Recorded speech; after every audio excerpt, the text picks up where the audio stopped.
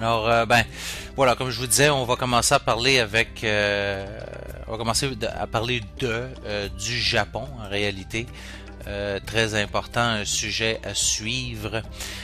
Et puis, je vais vous dire, ces quelques dernières semaines sont assez cruciales par rapport à ce qui se passe là-bas à Fukushima. Je l'ai répété souvent dans le passé, les médias ne vous rapportent pas du tout ce qui se passe là-bas, comme si il ne se passait rien, comme si tout était réglé, comme si tout était sous contrôle, quasiment comme si rien ne s'était passé là. D'ailleurs, on vient de malheureusement célébrer, si vous voulez, le premier anniversaire de cette tragédie qui est Fukushima. Tremblement de terre qu'il y a eu là-bas, ensuite tsunami, et puis le reste c'est de l'histoire. Ça a frappé les centrales. On a eu différentes centrales nucléaires qui ont été touchées là-bas, dont particulièrement Fukushima Daiichi. Et puis, nous avons des développements assez dramatiques. Alors, réellement, là, il faut prendre le point, en fait, prendre le temps de faire le point sur la situation. Vous allez voir, j'ai ici 19 pages de liens avec des entêtes d'articles à vous présenter qui vont être présentes sur le site Les Nouvelles Internationales à chaque semaine. Je mets toutes les sources des informations dont je discute ici, alors sur Les Nouvelles Internationales, et puis vous pouvez aller les consulter vous-même. Alors, développement assez dramatique à Fukushima, comme vous allez pouvoir le comprendre. On va commencer premièrement avec un article ici fort intéressant. Vous savez, après avoir vécu Three Miles Island, ouais. Ensuite Tchernobyl, ensuite Fukushima et tous les autres accidents nucléaires connus et inconnus, parce que on se rend compte que c'est un domaine où il y a une chape de silence qui règne. Il y a vraiment un omerta autour de cette industrie qui est tout le temps liée avec le nucléaire militaire. Alors, si on comprend que l'histoire des centrales nucléaires actuelles qu'on utilise ont été choisies seulement parce qu'elles produisent un sous-produit qui est le plutonium, alors qu'on peut utiliser dans les bombes nucléaires, on va comprendre que, je veux dire, toute cette industrie est fortement motivée dans une direction qui est malsaine. D'ailleurs, vous allez trouver le deuxième article en liste dans la section Fukushima, un article qui parle de ces fameux réacteurs au fluoride de thorium liquide. Et puis, on aurait pu choisir cette allée-là depuis le début. Le thorium qui est énormément beaucoup plus sécuritaire que l'uranium qu'on utilise, et même le plutonium. De par son concept même, son utilisation, il peut pas avoir de surchauffe parce que le liquide en réalité est évacué directement dans une autre cuve, donc il n'y a pas de possibilité de réaction en chaîne qui part hors de contrôle. Alors réellement là, c'est toute une différence, et puis on a très très peu de sous-produits de plutonium et ainsi de suite, donc beaucoup moins de déchets nucléaires radioactifs là à stocker pendant très longtemps. Donc ça peut aller par des centaines d'années, sinon des milliers d'années. Alors, c'est ça. On se retrouve avec une quantité assez incroyable. Je me rappelle plus c'est quoi le nom. Le nombre, je crois que c'était 600, mais j'ai vraiment sous toute réserve là, le nombre de centrales nucléaires qu'il y a dans le monde. Il y en a plusieurs. Et puis on n'est pas à l'abri de d'autres catastrophes qui pourraient arriver. Et puis d'ailleurs, on fait face à une très réelle possibilité d'une catastrophe nucléaire globale. Cet article-ci que je vous propose nous rapporte que dans les 152 dernières années, la Terre a été frappée par, grosso modo, environ 100 tempêtes solaires, causant évidemment, si vous voulez, des changements, des dérangements géomagnétiques, si on veut. Et deux d'entre eux, sur ces 100 tempêtes solaires, étaient assez puissantes pour être classifiées comme étant extrêmes. Alors, des événements extrêmes d'une magnitude assez importante qui, s'ils devaient se produire aujourd'hui, ceci entraînerait ou initierait une chaîne d'événements qui pourraient mener à des échecs catastrophiques, des problèmes très importants dans la vaste majorité de nos réacteurs nucléaires à travers la planète, similaires mais 100 fois pires que les désastres comme Tchernobyl et Fukushima. Puis vous avez les scientifiques de la NASA qui prédisent justement une de ces méga tempêtes solaires qui pourrait frapper et puis éteindre la plupart de notre grille électrique dans la plupart des pays à travers la planète, possiblement même pour des mois. Puis là, vous avez ici 7 sources dans cet article qui parlent de cette éventualité-là. Il y a aussi le fait que vous avez le champ magnétique de la planète Terre aussi qui nous protège contre les radiations les plus violentes du Soleil. Mais on sait aussi que ce champ magnétique fluctue à travers le temps. Et puis, comme le journal Le Telegraph avait rapporté en 2008, on a un très important trou dans le champ magnétique qui protège la Terre de ses rayons solaires. Et puis, on a des observations satellites assez récentes qui ont révélé, en fait, le plus grand trou, la plus grande brèche jamais vue dans ce champ magnétique qui protège la Terre. Alors, voilà, donc c'est tout le temps un peu ça. Pourquoi je parle de ça ici? Ben c'est justement pour illustrer un peu cette vanité humaine de penser qu'on peut contrôler tout, qu'on peut contrôler la nature, qu'on peut contrôler toutes les possibilités qui pourraient arriver, et puis on pense que ces technologies-là sont sécuritaires. On nous rassure que on les contrôle bien, que tout est bien géré, que les risques sont minimaux. Alors qu'en réalité, comme je l'ai déjà dit aussi dans le passé, dans le domaine du nucléaire, tout va bien jusqu'à temps que quelque chose arrive. Hein? Donc ça va bien jusqu'à la fin de la journée, et puis demain c'est une toute autre question.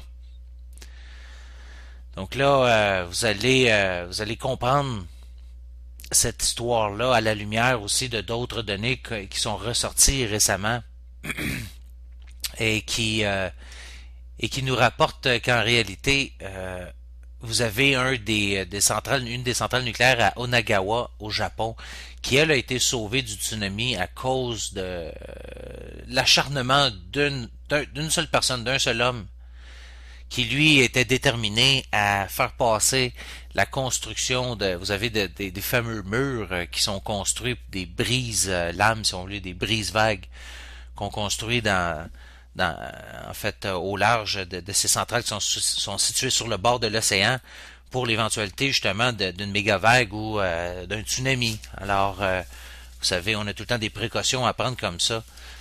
Et puis, ben, c'est ça qui arrive, c'est que quand on est aux prises avec ce qu'on appelle des money junkies, des drogués à l'argent, ces gens-là vont toujours trouver une raison pour couper dans les sécurités, pour faire plus de profit. Hein, c'est tout le temps la même maudite affaire, finalement. C'est un peu comme l'histoire du Titanic dont on parle beaucoup ces temps-ci parce qu'on célèbre le 100e anniversaire. Là. C'est un peu la même maudite affaire. Je veux dire, un peu dans le même type de vanité humaine. Dans les deux cas, comme le Titanic, comme Fukushima, l'argent a pris préséance, si vous voulez, sur les mesures de sécurité et puis le gros bon sens. Alors, on rapporte dans cet article-ci que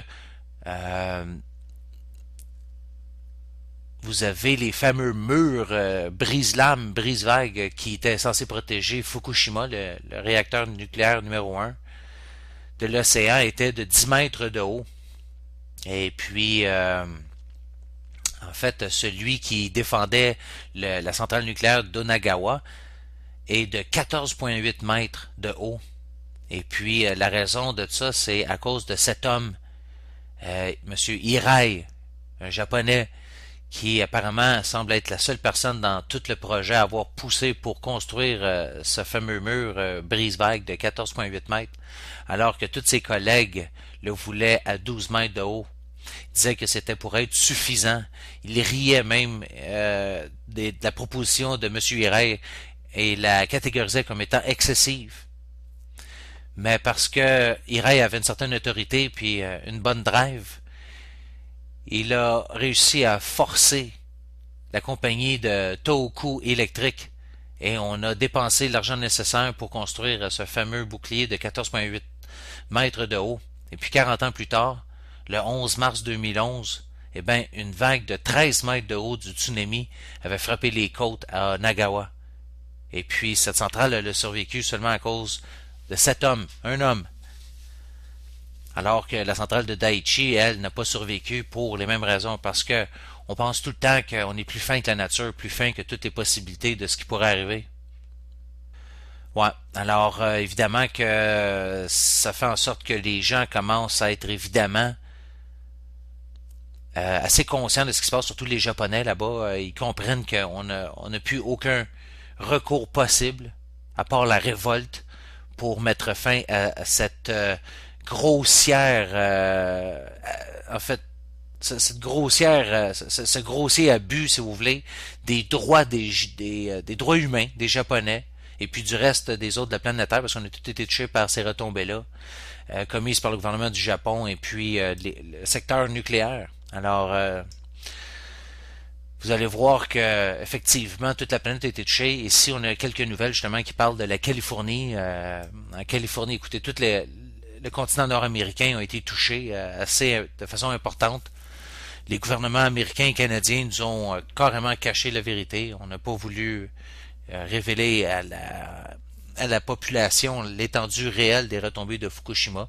Mais ici, vous avez le Journal Environmental Science and Technology qui a rapporté dans une nouvelle étude que les radiations de Fukushima qui sont en venue dans les courants d'air, et ainsi de suite, ont entré en contact avec l'Amérique du Nord et puis particulièrement la Californie, où on a eu les plus grandes expositions dans le centre et puis le sud de la Californie. On a d'ailleurs les algues marines qui ont testé à 500% plus haut de taux de radioactivité causé particulièrement par l'iode 131. Alors, 500 fois plus élevé que partout ailleurs aux États-Unis et puis au Canada. Alors, la Californie qui a été assez lourdement touchée. On essaye d'effacer ce qui s'est passé à Fukushima. Les médias, obscurcissent la vérité. Hein? On essaye de tout simplement faire disparaître cette affaire-là. Alors qu'on a des faits qui sont réels. D'ailleurs, vous avez un article ici à trouver qui s'appelle Effacer Fukushima, très important. Des faits présentés qui sont réels. Ils ont servi puis ils servent à atténuer l'impact d'informations dramatiques sur l'industrie nucléaire, voire à faire oublier aux hommes qu'une catastrophe de grande ampleur a eu lieu sur la Terre. Ceci qui a commencé il y a 1 an à Fukushima. Alors, toutes les astuces utilisées pour cacher les données, pour minimiser les dangers, pour éviter de reconnaître les responsabilités, seront évidemment réutilisables pour la prochaine catastrophe qui ne manquera pas d'arriver bientôt, selon les lois statistiques. Ici on voit 440 réacteurs répartis tout autour de la planète. Bon, c'est peut-être le chiffre que je cherchais tout à l'heure. Alors, vous avez un article ici très important à consulter, puis on vous parle des différentes astuces ici qu'on utilise pour essayer d'effacer Fukushima. Alors, en premier lieu, on efface les données. Alors, au Japon, les données de contamination, c'est pas juste au Japon, là, ou comme je disais au Canada, aux États-Unis, c'est la même affaire. On a fait la même affaire en Europe. Alors, les données de contamination obtenues via Speedy entre le 11 mars et le 15 mars ont été effacées par mégarde. Le système Speedy était censé alerter la population rapidement en cas de pollution radioactive. Il n'a pas été utilisé car les données recueillies ont été estimées surréalistes. Alors, évidemment, vous avez toutes les sources ici d'informations à cet article. Deuxièmement, être frappé d'amnésie. Alors, je n'ai pas dormi pendant plus d'une semaine et je ne me souviens de presque rien, a déclaré M. Haruki Madaram, directeur de la NISA, Agence japonaise de sûreté nucléaire. Alors, les gens souffrent d'amnésie, hein, ils se rappellent plus de rien. Quand on est directeur de la sécurité nucléaire, il n'y a pas besoin d'assumer, il suffit d'être amnésique. Alors, on oublie ces données-là, on oublie d'avertir les gens que, hey, attends un peu, dans votre cours, il est tombé des éléments radioactifs, des déchets de Fukushima. Et puis, vous allez voir dans les nouvelles justement de cette semaine, plusieurs nouvelles très alarmantes où on a découvert des taux extrêmement élevés là, de plutonium, une des substances, c'est pas la substance la plus dangereuse connue de l'humanité. Alors, ne pas communiquer les informations sensibles, ça, on le fait de façon constante. Et puis, si toutefois on peut pas faire autrement, ben on attend plusieurs mois, par exemple, avant d'annoncer la fonte des cœurs des réacteurs. Ça a pris des mois avant qu'on l'annonce, alors qu'on le savait les jours même. On a attendu des mois avant d'annoncer à la planète entière qu'on savait que les cœurs des réacteurs avaient fondu. Donc, si par hasard un organisme de sécurité vous demande la copie d'un rapport, il suffit de le caviarder pour éviter d'être reconnu responsable. Ensuite, une fois les cœurs fondus, ne jamais utiliser le mot corium, ne jamais parler de reprise, de criticité. Si on parle par mégarde de ces trucs-là, on doit se rétracter immédiatement. Surtout ne pas diffuser les images des explosions. La vidéo de l'explosion de l'unité 4 n'a jamais été rendue publique. Vous rendez-vous compte de ça? La vidéo de l'explosion de l'unité 3 ne doit plus être diffusée parce que c'est elle qui avait du MOX à l'intérieur. Alors, on ne les présente plus dans les médias. C'est comme si ça s'était jamais produit. Puis on a encore une vidéo d'une explosion de l'unité 4 qui n'a jamais été rendue publique, chers auditeurs. C'est incroyable. Le documentaire Fukushima de Thierry Lefranc, d'ailleurs, ne montre aucune explosion. Pourtant, cette vidéo est censée expliquer les circonstances de la catastrophe. Alors, c'est assez incroyable. Vous l'avez ici, une citation. On parle du déroulement de l'accident de Fukushima Daiichi. Ne montre pas l'explosion de l'unité 3. Pourtant, ce film est censé détailler le déroulement de l'accident de la centrale de Fukushima Daiichi. Alors, on fait des documentaires sur l'accident de Fukushima, puis on présente pas les images les plus importantes. Alors, c'est incroyable. Et bien sûr, c'est une explosion dont on a malencontreusement diffusé la vidéo, a une allure bizarre, a un panache noir ou est trop puissante, surtout martelé qu'il s'agit d'une explosion d'hydrogène. Hein? On veut pas que les gens pensent que ce soit une explosion nucléaire. Il n'est pas nécessaire d'en dire plus, les gens n'y connaissent rien en explosion nucléaire. Nier une explosion si elle n'est pas visible. TEPCO a modifié sa position sur l'existence d'une explosion dans le réacteur 2 et a conclu, 7 mois après les faits, qu'elle n'a pas eu lieu. Il est en effet préférable de nier ce qui ne se voit pas. 3 explosions au lieu de 4, c'est toujours ça de prix. Alors, un article excellent ici qui a été mis sur place par Real Infos, qu'on peut trouver aussi sur Fukushima.overblog et que j'ai trouvé sur le site de l'éveil 2012. Alors, quand même assez incroyable. Et puis, au Japon, de plus en plus, si vous avez peur des radiations, ben, on commence à vous traiter de plus en plus comme étant un patient à un désordre psychiatrique à Fukushima. C'est assez incroyable. Alors, on est en train de vous dire que vous êtes fou dans la tête si vous avez peur des radiations. C'est incroyable. Alors, vous avez une maladie mentale. Ouais. Donc, toutes sortes de nouvelles comme ça, c'est incroyable. Fukushima, ensuite ici, le réacteur de Fukushima montre des niveaux de radiation beaucoup plus élevés qu'on pensait préalablement. On a examiné avec un endoscope industriel le réacteur, un des réacteurs là-bas, et puis on a détecté des taux de radiation 10 fois plus élevés, en fait, que la dose fatale à l'intérieur de la chambre. Ensuite, même problème avec l'eau de refroidissement qui était beaucoup plus basse qu'on le pensait. Bien plus bas des 10 mètres estimés que le gouvernement estimait au mois de décembre. On en avait seulement que 60 centimètres. Imaginez. Ensuite, réacteur numéro 2, des radiations beaucoup trop élevées pour être accédé. Écoutez là ici les taux. Pour comprendre l'échelle des sieverts, on doit comprendre que quand on tombe à 1 sievert par heure de radiation, on commence à recevoir des doses extrêmement importantes, okay, qui déjà entraînent des possibilités de développer un cancer, une chance sur 2 dans les prochaines années. À 2 à 4 sieverts, on se prend une dose fatale et puis on meurt dans les instants qui viennent là, ou les jours qui viennent, ça c'est certain. C'est une dose fatale, ok? 4 là, on en meurt, ok? C'est le maximum qu'un être humain peut prendre. Dans le réacteur numéro 2, on a détecté 73 sieverts par heure. 73. Donc, on est plusieurs fois au-dessus des niveaux mortels enregistrés à Fukushima ici.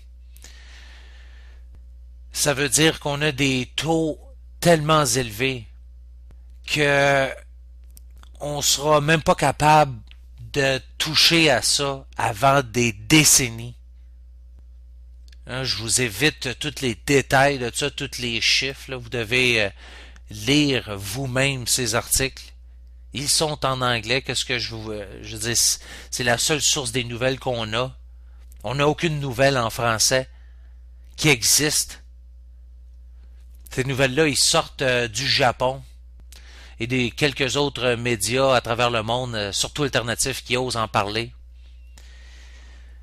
Alors, j'essaye de vous traduire le plus important ici sur l'émission, mais j'espère que vous comprenez. Là. On se retrouve devant une situation où même le plan d'où on pouvait commencer à nettoyer ça dans 30 ans est remis en question. Vous avez trouvé une nouvelle à cet effet. Écoutez, là, je veux dire, on en a pour au moins 50 à 100 ans. Là. Ça, c'est certain. Là, à juste prendre contrôle de la situation, nettoyer, essayer d'enfermer ça dans je sais pas dans quoi. Je veux dire, il n'y a pas une technologie qui existe en ce moment. On avait des nouvelles dans le passé qui nous disaient que on serait probablement capable de prendre contrôle de la situation dans plusieurs décennies, dans 30, 40, 50 ans. Si rendu là, on a la technologie développée pour prendre soin de cette situation-là, parce qu'actuellement, on n'a absolument rien qui existe sur Terre. On n'a jamais fait face à une situation telle sur la planète Terre. OK? Je veux dire, à un moment donné, là, quand on est rendu à 73 sieverts, là, par heure, on a un méchant problème. Là, vous avez des pics de radiation à Tokyo. Vous avez différents détecteurs là-bas qui détectent toutes sortes de niveaux, en fait, de toutes sortes de matières radioactives. Ici, plus du triple des niveaux normaux. On a des nouvelles absolument alarmantes sur un paquet de trucs qui se déposent partout, des hauts taux de césium, des radiations qui sont trouvées dans le poisson du Pacifique. Arrêtez donc d'acheter des produits de l'océan qui viennent du Pacifique. Je pense que si vous avez une décision à prendre, ça en serait une maudite bonne. Quand vous allez aller à l'épicerie, là, vous allez aller au marché pour acheter des fruits de la mer, eh bien, des poissons, des crustacés, du thon, toutes sortes d'affaires, du saumon. Regardez donc d'où ça vient. Si ça vient du Pacifique, laissez donc faire. On trouve de plus en plus de taux extrêmement élevés de radiation due au césium un peu partout. Alors, dans la chaîne alimentaire océanique du Pacifique, on a trouvé plus de 1 milliard de becquerels par kilogramme d'iode 131 dans l'algue proche des réacteurs de Fukushima. Vous voyez, on a plusieurs nouvelles ici qui rapportent des tremblements de terre dans le nord du Japon, tout proche de Fukushima. Là, ça continue de brasser aussi de ce côté-là, des tremblements de terre de l'ordre de 4 à 5,8 sur l'échelle de Richter.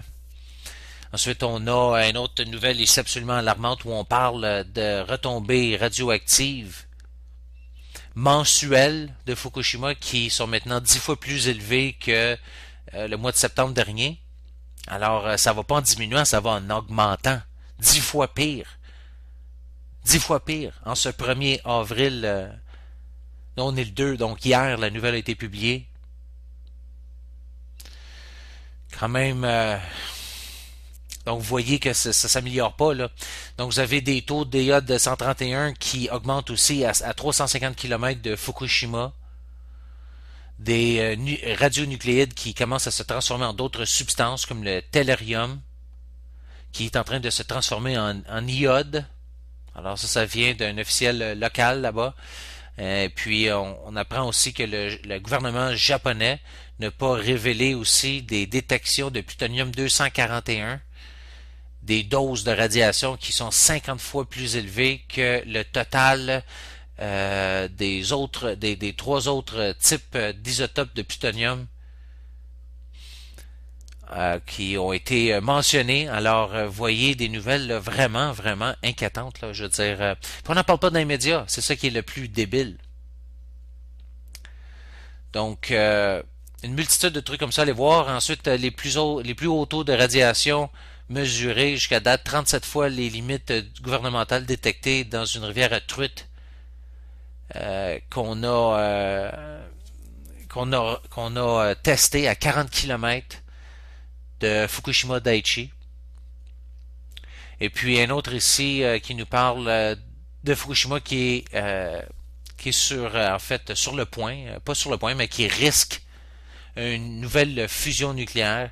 On parle de ces nouveaux en fait des niveaux d'eau, de refroidissement qui sont beaucoup plus bas que ceux qui étaient estimés. J'en parlais un peu en début de chronique.